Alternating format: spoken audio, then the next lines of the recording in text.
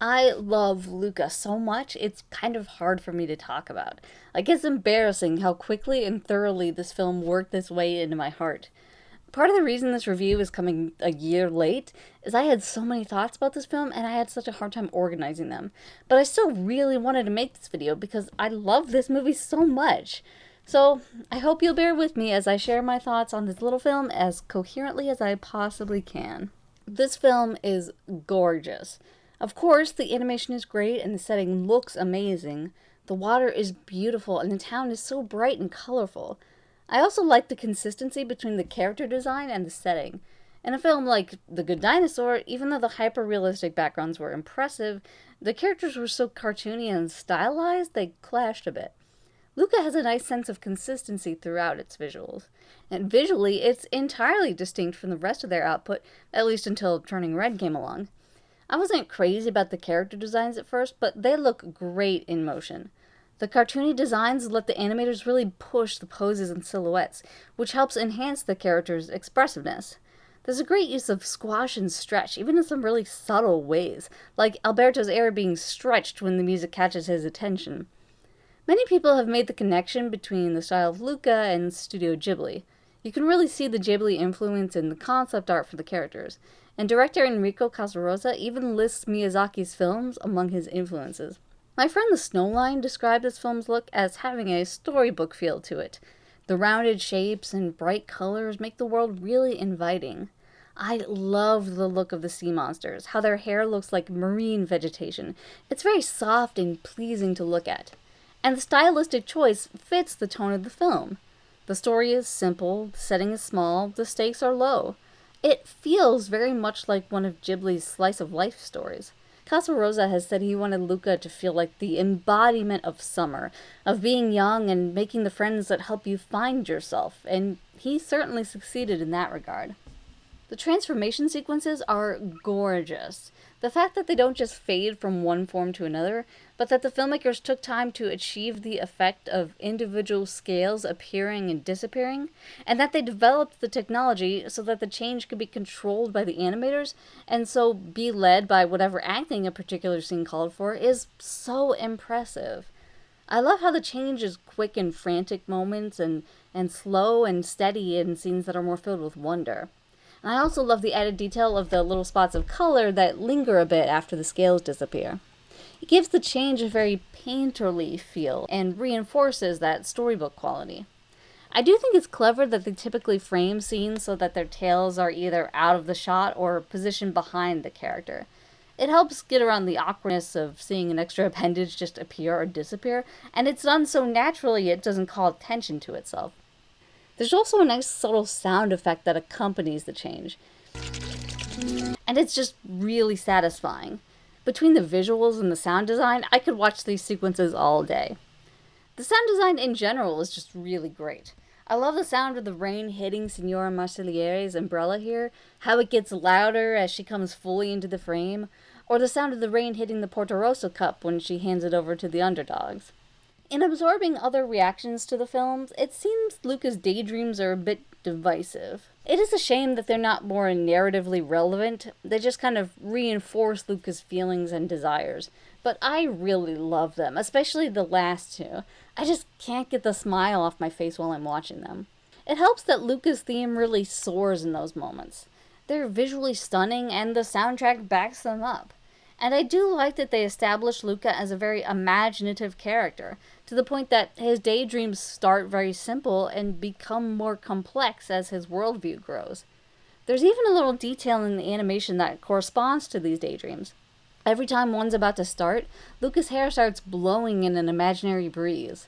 It becomes such a persistent visual cue that when Luca and Alberto are talking about running away together, even though we don't get an imagined spot in that moment, it's clear that Luca is imagining what this potential future Alberto describes would look like. I love the score. Dan Romer wrote some wonderful leitmotifs for the three kids. I especially love the one he wrote for Luca. In keeping with the film being set in the past and thematically centered around childhood friendships, it has a very nostalgic quality to it. A kind of yearning that just makes me ache when I hear it. And just like the animation, there are so many great details peppered throughout. I like this otherworldly sound he included for the big fish in Luca's dream. And I really like how the last track sounds like a train slowly picking up speed. There's even a little whistle sound right before we hear Luca's theme one last time. Luca is a master example of character writing and animation. With the story as low-key as it is, the focus really is on the characters and their relationships. I've always been partial to character-driven narratives. I'll put up with some mediocre storytelling if the characters are well written. A Luca story is more than mediocre, but its real strength is the character writing. These characters are lovable, relatable, and fully realized, especially the three leads. I really relate to Luca. Alberto has become one of my new favorite characters ever, and Julia is a fantastically written preteen girl. I love that she's allowed to be weird and loud and gross. And she's multidimensional. She's bookish and athletic. She likes jeans and dresses. She's fiery and competitive, but she's also caring and compassionate. One aspect I really liked about her story was the arc words too much, as young girls are often told not to be too much of anything. Don't be too loud or strong or athletic. Don't be too smart or quiet or pretty. Julia recognizes Luca and Alberto as kindred spirits. They're weird kids who don't quite belong, just like her. And all three of the kids are great examples of top-tier voice acting and animation coming together to create really memorable performances. Their deliveries are extremely natural, and the recordings manage to capture those subtle imperfections in the way people speak that make the performance more nuanced. Yeah, You're still okay. And the animation supports the performances. This is how kids talk. This is how kids act. Little details in their movements make them feel more alive, like the way Alberto is constantly picking at something on his body, Luca absently rubbing at his leg when he's nervous here, Julia swinging her feet around when she flops down in the hideout. Probably the most subtle example is when Julia first brings the boys up to her hideout, and as Alberto looks around, he's sort of absently wiggling his toes. There was no reason to include that, and it's such a small movement, it's easy to miss. But it's a great detail that further hits home how Alberto is an energetic, excitable kid who needs to be in motion all the time. Good character animation will use every opportunity to express a character's personality, in the way they walk, the way they gesture, the way they carry themselves. Even this shot of Luca and Alberto sitting in the tower, Luca's pose is symmetrical and sedate. He's very contained, while Alberto's limbs are just sprawled out in all directions. Look at how Luca rubs at his eyes while he's laughing in this shot, a visual cue to the audience that he's getting sleepy. This loving attention to detail is present in every frame of this film. Every single frame just oozes personality. Look at this early test animation. Everything about it tells a story of who these characters are, from the way Alberto holds his cone and leans against the wall, to the casual way he smacks Luca to get his attention. Even the way Luca is sitting with his feet pointed in, befitting his introverted nature. That strong establishment of the characters early on helps their personalities shine through so much in the final product. The first time Luca and Alberto meet, Alberto just fishes Luca out of the water without asking for permission.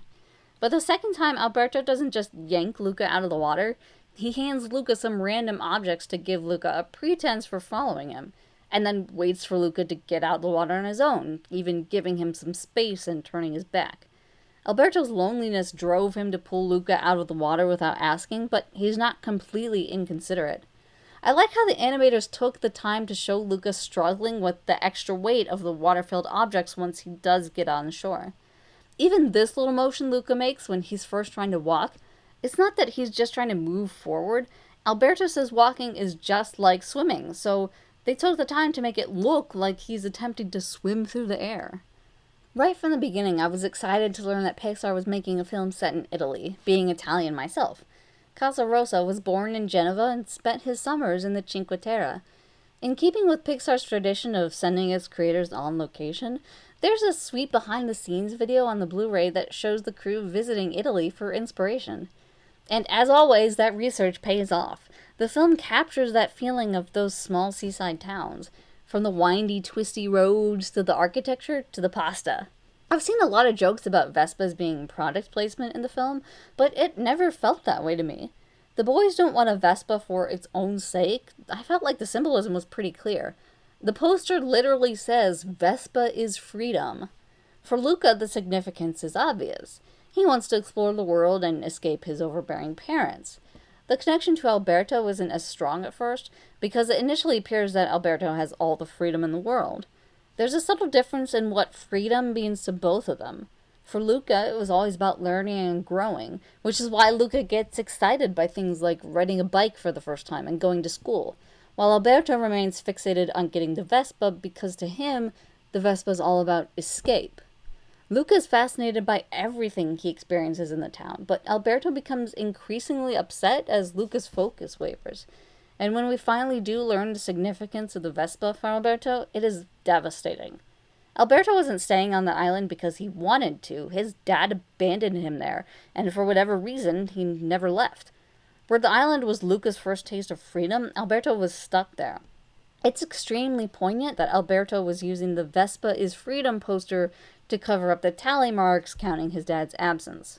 I like that they established early on that Luca might be naive, but he's not stupid. He looks up to Alberto, but he doesn't just take everything Alberto says at face value. He may accept Alberto's explanation that stars are fish, but it's clear there's something about it that doesn't add up to him. Alberto is a fantastic example of a know-nothing know-it-all. Throughout the film, he refuses to admit when he doesn't know something or when he might be wrong. After being alone for so long, he needs Luca to think he's smart and capable. Because if he doesn't, Luca might just leave, just like his dad did. A lot of great character writing will feature a conflict between a want versus a need. What the boys want is to win a Vespa and travel the world. What they need becomes clear as the story develops, and it's not the same thing for both of them. What Alberto needs is stability and a father figure. What Luca needs is a chance to explore the world safely. The want versus need is not as strong in Luca's story. You could say Alberto had too much freedom in the beginning and Luca didn't have enough, which is why Alberto stays in Porto Rosso while Luca joins Giulia in Genova. Either way, as the film goes on, winning the Porto Rosso Cup seems increasingly less important, to the point that everybody's priorities shift during the race itself. Luca sacrifices his chance to hide who he is among humans to get Alberto to safety. Giulia sacrifices her chance to win the race to save her friends. And these shifting priorities illustrate the characters' wants versus their needs. Giulia wants to take down Ercole, but what she needs is friends who accept her. Alberto wants to be independent and self-sufficient, but what he needs is to learn that there are people in the world he can depend on. Alberto letting go of Luca in the end is such a powerful moment. In that moment, Alberto isn't afraid to let Luca leave because he trusts that Luca will come back. This is not a sad goodbye. This is Luca and Alberto taking the chance to grow on their own. And the epilogue shows them doing that while maintaining their friendship. Luca is, at its core, a simple story. This makes it stand out from a lot of Pixar's more ambitious outputs, and it does feel refreshing in that sense. However, that does mean that the world building is a bit underwhelming. The Sea Monster Village in particular is pretty underdeveloped. But I don't think the story necessarily would have benefited if there had been more focus on it. It doesn't really matter that the Sea Monster Village is unfamiliar to the audience. The point is that it's all Luca's ever known and he's bored with it. And we can glean enough information from what we do see of the village to understand that. It appears to be a very simple society, similar to a farming community, where they harvest seaweed and herd goatfish and raise show crabs. We don't need all the details spelled out for us, we can infer. There is a sense of internal logic to the community, unlike, say, The Good Dinosaur, where this one dinosaur farm in the middle of nowhere made absolutely no sense. I've always been fascinated by the ocean, and the underwater world looks lovely. Casa Rosa mentioned they wanted to make a distinction between the underwater and surface scenes, so the characters' movements underwater are slow and elegant, while on land everything is sharp and energetic. And I don't need the transformation explained to me in detail either. The problem with a lot of modern critiques of fantasy worlds is the notion that everything about them should make sense. Magic doesn't have to make sense by real-world standards. It's not real. Fictional magic systems do need to have rules, or the magic can start to feel like an easy answer to any problem. The solution is to set up the rules of the world and then follow them. This is a world where sea monsters exist. When they're dry, they look like humans, and when they get wet, they revert to their sea monster form. By establishing these rules, the filmmakers can create moments of comedy and drama that make sense to the story. I think the biggest flaw in the world building is Portorosso's prejudice against sea monsters. It's laid on so thick with art and murals and a statue of someone who may or may not be Giorgio Giorgione, who also may or may not be a real person in the narrative, in the middle of the town slaying a sea monster.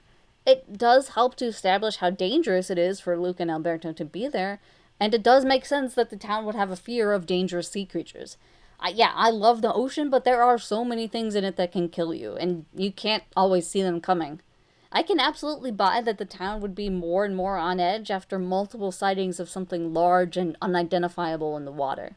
It also makes perfect sense that the sea monsters would be afraid of humans, and that mutual fear is a great source of conflict. I do like the implication that hunting sea monsters is a big part of the town's history, but has mostly become a thing of the past. The sea monsters themselves going from creatures that definitely lived in and were seen in the water all the time to the thing of myths and legend. One of the fishermen in the first scene asks if the old stories are true, and this mythical St. George-like sea monster slayer has become a mascot for selling pasta. Julia herself doesn't even believe in sea monsters, which speaks to the idea of changing times. There's also a bit of the unfortunate implication that the reason fewer people believe in sea monsters is because they may have been hunted to the point of extinction, so they had to withdraw from the humans, and that's why no one sees them anymore. I'm glad the movie didn't really touch on that, because then the conflict between the humans and the sea monsters might have seemed a bit one-sided. I think it does work stronger as a mutual, unfortunate, but understandable paranoia. Though, again, that interpretation would fuel the film's ultimate use of sea monsters as a metaphor for the other. It's that metaphor where the film really shines, and we're going to circle back to that. Before we do, though, let's get to some quick-fire thoughts that I couldn't fit anywhere else in the review. Unlike a film like, say, The Little Mermaid, fish and other sea creatures in Luca are portrayed more as livestock or pets than fully sapient beings. So it would make sense in that light that Luca and Alberto don't have the same moral quandary about living among fishermen that Ariel did. Luca and his family are based on colorful reef fish, while Alberto is based on open ocean fish like tuna. That would explain the difference in their coloring, and it's a nice detail in the character design. I just like that it's clear that the filmmakers took the time to think about something like that. This reveal at the end of the dinner scene is comedic genius. Because we don't get a view of the right half of the room when we first start here, when Massimo says he wants a word with Julia, and then we cut to them sitting on his bed, it's easy to make the assumption that we've transitioned to a different room in the house, so that Massimo can speak privately with Julia. Massimo and Julia then have an entire conversation before Luca interjects, and we get this wide shot showing that they've been in the kitchen all along. It's gold. By far the least interesting scenes in the film are Luca's parents wandering around Portorosso looking for him. I'm not typically one for skipping over scenes when I watch stuff, but there's just nothing here that holds my attention. I appreciate the attempt to give them an arc, with Daniela starting out too overbearing and Lorenzo too inattentive, and the two of them learning to be more balanced in their parenting. It's not a bad arc to have, especially for a couple of side characters. It's just not very compelling on its own, and it's not as fleshed out as it could have been. I really like the contrast in Julia's reaction when she finds out Alberto is a sea monster versus when she finds out about Luca. It makes sense for a lot of reasons. One, Julia didn't even believe in sea monsters, so her initial reaction was as much shock as anything. Two, Alberto was actively trying to scare Julia to make a point. Three, Julia isn't stupid. Luca's distress at Alberto getting harpoons thrown at him was obvious. You can see the gears turning in her head right from that moment. 4, Julia had the entire walk home to process everything she'd seen, including Luca's reaction. And 5, Julia was just closer to Luca than she was to Alberto at that point. I love her expression right here.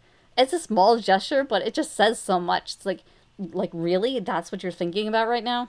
I love that Massimo doesn't have a tragic backstory behind his missing arm.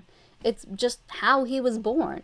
The film neatly sidesteps giving him a tragic revenge story to fuel his hatred of sea monsters. And it's just great to see a disabled character without a tragic backstory. I like that there's a bit of a parallel between Alberto's handshake and Daniela's "you know I love you" phrase. Both are used 3 times throughout the film, and both see their original meaning twisted in some way.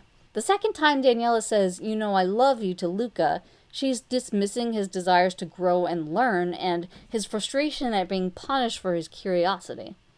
When Luca teaches Alberto's handshake to Julia, Alberto is upset that Luca took something that he viewed as theirs and shared it with someone else. But at the end of the film, both phrases are restored to their original meaning. Luca once again uses "you know I love you" as a genuine declaration of love for his mom, and Alberto repeats his handshake to Luca as they say goodbye. I've seen some theories that the building Alberto's living in is an old, out-of-commission lighthouse. And I love this theory. Lighthouses are supposed to help you find your way, but Alberto's lighthouse is broken because he is lost and alone. Also, Luca comes from the Latin name Lucus, meaning bringer of light. He literally brought light and hope back into Alberto's world and got him off that island he was trapped on. Massimo is top-tier dad. He's introduced as this gruff and burly fisherman who stabs first and asks questions later, but it becomes clear very quickly just how much he cares about his daughter and how he'd do anything for her. Massimo's character arc is one of the strongest contenders for reading Luca as a queer allegory. So let's talk about those queer subtexts. I knew very little about Luca going into it, mostly because I've avoided trailers like the plague ever since DreamWorks did this. But a mother never forgets. Thanks for that. And admittedly, what I did see of the trailers didn't get me super hyped. All I really knew about Luca was the Italian Riviera and something about sea monsters. But I thought it was about 2 human boys who discovered they become sea monsters when they get wet, like a 13th year kind of thing. And yeah, I wasn't the only one. Pretty early on, I was seeing people call this a thinly veiled queer analogy. 2 kids discovering something about themselves they have to hide from people for fear of how they'd react. I totally thought this guy in the trailers was one of the kids' fathers, which, you know what? We'll come back to that. No, this movie is about 2 sea monster kids who can appear human when they're out of the water, which you could argue is even more of a queer analogy. The thing they're hiding has always been there, and they can pass for something they're not. Luca resonated with me for a lot of reasons. Italy, the ocean, the fantastic music and animation, and the strong character writing. I do relate to Luca a lot. I see my own curious nature warring with my crippling anxieties, as well as my obliviousness to the world around me when I get really caught up in something.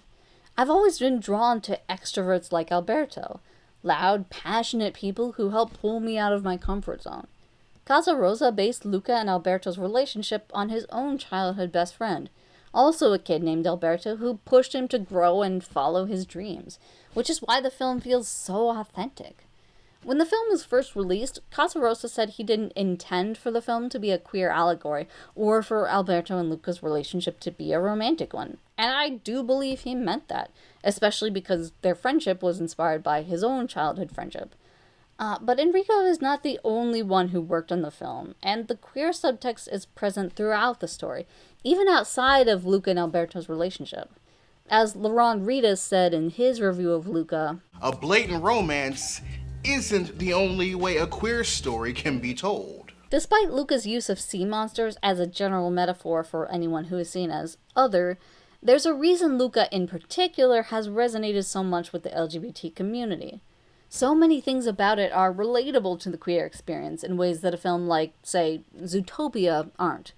Luca hiding his friendship with Alberto from his parents, and his fear when they discover what he's been up to. Uncle Ugo taking Luca to the deep is a pretty strong allusion to conversion therapy. And the whole film is about finding happiness and not having to hide your true identity.